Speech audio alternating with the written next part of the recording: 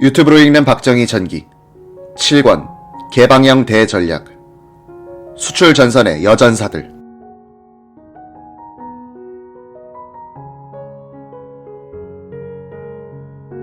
수출사령탑인 상공부의 공업부서를 지휘하던 인물은 이우룡 차관보였다. 그는 해군 대령 출신으로서 군수, 격리 전문가였다. 몸집은 깡마른데 독주를 좋아했고 사교외도 등의 각처에 아는 사람들이 많았다. 여야 국회의원들과도 친해 상공부에 문제가 생기면 발벗고 나서서 해결했다. 국정감사 때 그의 실력이 유감없이 발휘됐다. 상공위원회 국회의원들이 지방의 국영기업체로 감사를 나갈 때는 이 차관보의 지휘하에 교통편, 숙소, 식사 준비는 물론 양말, 러닝셔츠, 팬티까지 준비했다. 와이셔츠도 의원 개개인의 치수를 알아 사놓아야 했다. 심지어 화장실에 간 국회의원이 이봐 국장 화장지가 없어 하고 소리치면 화장지를 갖고 뛰어야 했다. 그러면 화장실 문에서 손이 나와 화장지를 받던 일이 있었다고 한다. 오원철은 당신은 상공부 직원은 모두 접대부였다고 말했다. 공무원들도 국회의원들을 이용할 줄 알았다. 어느 상공부 산하 국영기업체에서는 일이 잘 풀리지 않는 것이 있으면 야당 국회의원한테 부탁을 해 국정감사장에서 상공부를 향해서 질문을 하게 해 승인을 받아내기도 했다. 국회의원들이 석탄공사나 대한중석의 광산을 감사할 때는 일부러 깊은 막장까지 시찰하도록 하여 체력을 소진시키기도 했다. 문제는 감사 전날이었다.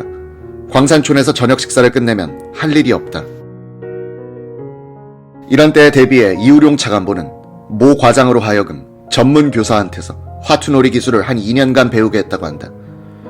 이 과장은 국회의원들과 함께하는 화투판에 끼어들어 좋은 패를 줬다가 뺏는 식으로 흥분을 고조시켜 나갔다.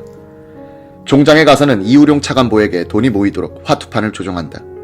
이 차관보는 딴 돈을 의원들에게 돌려주어 인심을 얻었다.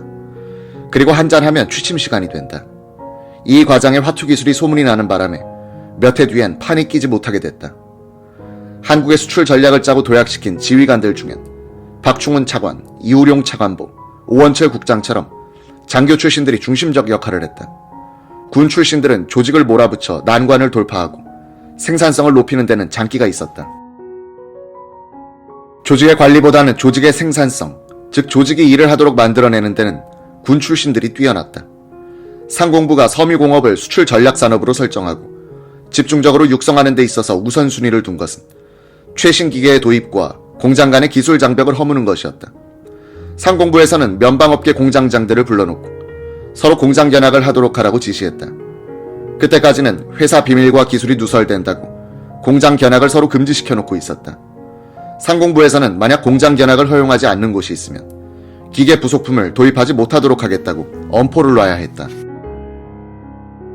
섬유공업 중에서도 맨 먼저 세계의 수출 전선을 뚫고 나간 것은 봉제품이었다. 봉제품이란 와이셔츠, 아동복, 원피스 등 재봉틀을 돌려서 만드는 모든 제품을 말한다. 1963년에는 10만 달러도 수출하지 못했으나 이듬해에는 403만 달러를 수출했다. 상공부에서는 1971년에는 5천만 달러를 수출하겠다는 계획을 세웠다. 1965년에는 700만 달러가 수출 목표였는데 1152만 달러어치의 봉제품이 수출됐다. 1968년에는 5118만 달러어치를 수출했다. 상공부는 생산 현장의 문제점을 찾아 해결하는 역할을 했다. 어느 날 공업 1국장 오원철이 서울 도남동 근처 3호 방직 계통의 봉제 공장을 찾아갔다. 공장 안으로 들어가 보니 장관이었다. 수백 명의 젊은 여성들이 재봉틀 한 대씩을 맡아 똑같은 자세로 일하고 있었다. 근로자들의 위치도 바둑판처럼 전후 좌우로 일직선을 이루고 있었다. 사람이 와도 여공들은 거들떠보지도 않고 작업에 열중하고 있었다. 한눈 팔 틈이 없어 보였다. 바느질하는 손놀림이 어찌 빠른지 재봉틀 소리가 꼭 소나기 소리 같았다.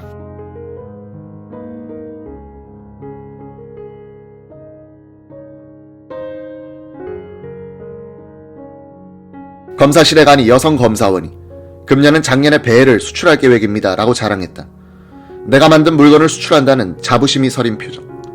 오원철 국장은 아 이게 바로 국력이구나 라고 생각하니 열심히 도와줘야겠다는 책임감을 생기는 것을 느꼈다. 공장장실로 가서 물었다. 기계는 전부 일제죠. 예, 아직 전기식 재봉틀은 국산이 안 됩니다. 천은 전부 수입합니까? 국산천은 아직 멀었습니다. 고급천도 안 나옵니다. 외국에서는 합성섬유와 면을 혼방한 천이 나오는데 우리는 아직 생산을 못합니다. 염색도 문제가 많습니다. 재봉실은 국산화됐습니까? 국산실은 자주 끊어지고 꼬여서 못 씁니다. 문제가 첩첩상중이었다. 오원철은 상공부로 돌아와서는 담당 과장을 불러 우선 재봉실 문제라도 해결해주라고 지시했다. 2년의 세월이 흘러 동일 방직에서 재봉실을 국산화할 수 있었다. 오 국장은 섬유 담당 과장에게는 당신은 우리나라의 특공대장이요. 섬유과에서 수출을 늘리지 못하면 우리나라는 파산이요. 부탁하오 라고 당부했다.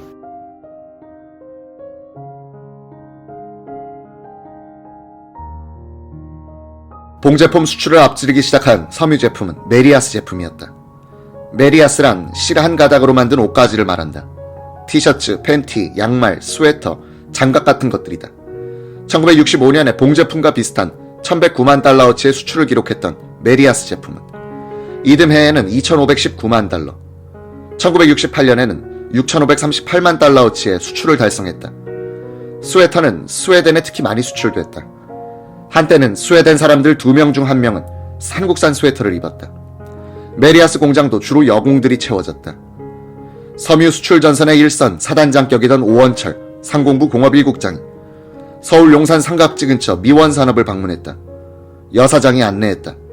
긴 작업대에 붙어앉은 여공들이 열심히 술을 놓고 있었다. 천에 술을 놓는 것이 아니라 스웨터 위에 각종 색깔의 털실을 가지고 큼직한 무늬를 뜨개질하고 있는 것이었다. 꽃도 있고 동물도 있고 집도 있었다. 제품 진연실로 안내한 여사장이 말했다. 스웨터 값을 제대로 받으려면 디자인이 중요합니다. 같은 모양은 일시에 많이 팔리지 않습니다. 여러 가지 모양을 소량 만들어야 합니다. 바이어가 와서 소량, 다종을 주문하기 때문입니다. 이에 한일 무역실무자 회의가 상공부에서 열렸다. 오원철 국장은 디자인 문제를 거론했다. 회의가 끝나고 나서 한 일본인이 오 국장에게 다가오더니 말을 걸었다. 디자인 문제를 이야기하는 것을 보니 한국도 많은 진보를 했다고 생각되는군요. 디자인은 딴 나라에서는 수입할 수 없는 분야라서 스스로 해결해야 합니다.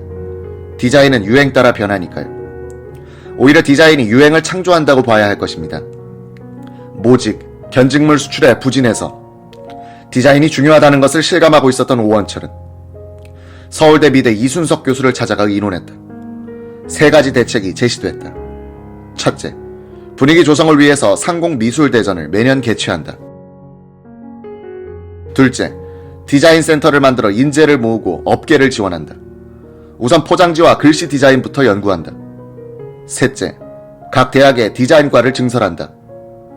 봉제품과 메리아스 제품과 함께 면제품의 수출도 늘었다.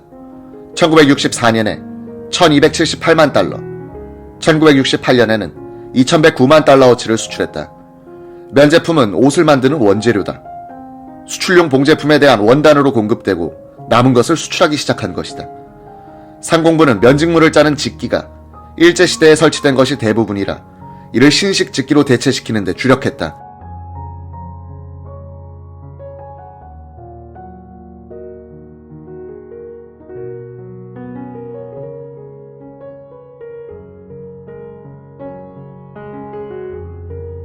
(1938년) 미국에서 발명된 나일론은 합성섬유 시대를 열었다.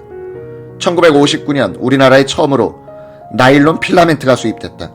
이 필라멘트를 가공하여 제품을 만들기 쉽도록 하는 것을 스트레치라고 하는데, 이런 가공 공장들이 1964년 현재 16개소가 있었다. 제1동포 출신인 이원만, 이원천 형제는 대구에 한국 나일론이라는 스트레치 공장을 갖고 있었다. 형제는 1963년에는 일산 2.5톤의 나일론 원사 공장을 준공했다. 이것이 한국 합성섬유 공업의 출발점이 됐다. 이듬해엔 이병철, 조홍재가 한일 나일론 공장을 세웠다. 이에 경남모직의 김한수 사장이 마산에 일산 7.5톤의 아크릴 파이버 공장을 건설했다. 1968년에는 면방업체들이 공동으로 투자하여 울산에 일산 6톤짜리 폴리에스테르 공장을 세웠다. 선경합섬, 동양나일론, 고려합섬 등 합성섬유 공장들이 잇따라 세워지면서 섬유공업은 전방위로 발전, 성장하기 시작한다. 당시 제조업 종사자들은 국군 장병수보다도 약간 적었다. 섬유공업에는 약 11만 명의 종업원들이 있었다. 대부분이 여성 인력이었다. 이 훈장 없는 여전사들에 의해서 수출 전선이 지탱됐다. 오원철은 일선에서 싸우는 병사들과 그들이 무엇이 다르겠는가. 비가 안 오면 농민을 생각하며 걱정했고 여공이 땀을 흘리면 닦아주고 싶었다. 지금도 그들 생각만 하면 고맙습니다. 여러분들이 나라를 구해줬습니다. 라고 인사를 하고 싶어진다고 회고했다. 박정희 대통령은 어느 날 마산의 한일 합섬 공장에 들렀다. 수천 명의 여공들이 수출용 스웨터를 만들고 있었다. 시골에서 올라온 앳된 소녀들은 나이보다도 어려 보였으며 키도 작았다. 박 대통령은 한 여공의 머리를 쓰다듬으며 소원이 무엇이냐고 물었다. 공부 못한 것이 한입니다. 영어 글씨를 모르니 감독님 말씀을 알아들을 수 없습니다. 눈물이 글썽이는 여공을 바라보던 박 대통령의 시선은 옆에서 안내하던 김한수 사장 눈과 마주쳤다. 박 대통령이 김 사장 하고 말을 꺼내자마자 김 사장은 당장 야간 학교를 개설하겠습니다. 중학교 과정부터 시작하겠습니다. 라고 했다. 돈 없어 공부 못한 것이 한이라는데 시설을 충실히 해주시오. 공부한다는 자부심을 느끼게. 한일 합섬에서는 여공들을 위한 야간 고등학교를 설립했다. 박 대통령은 이들에게 수료증은 줄 수 있지만 졸업장은 줄 수 없다고 버티는 문교부 장관에게 특명을 내려 그런 규정을 뜯어 고치게 했다. 공부 못한 한을 품고 그래서 더욱 열심히 땀 흘려 수출 한국의 일선을 지켰던 여공들은 그 뒤 어머니들이 됐고 자식들 교육에 힘을 쏟아 대학에 보냈다. 여공들의 자녀들은 공장으로 가지 않았다. 공장마다 여성 노동자들이 모자라게 된다. 30년 뒤의 이야기다.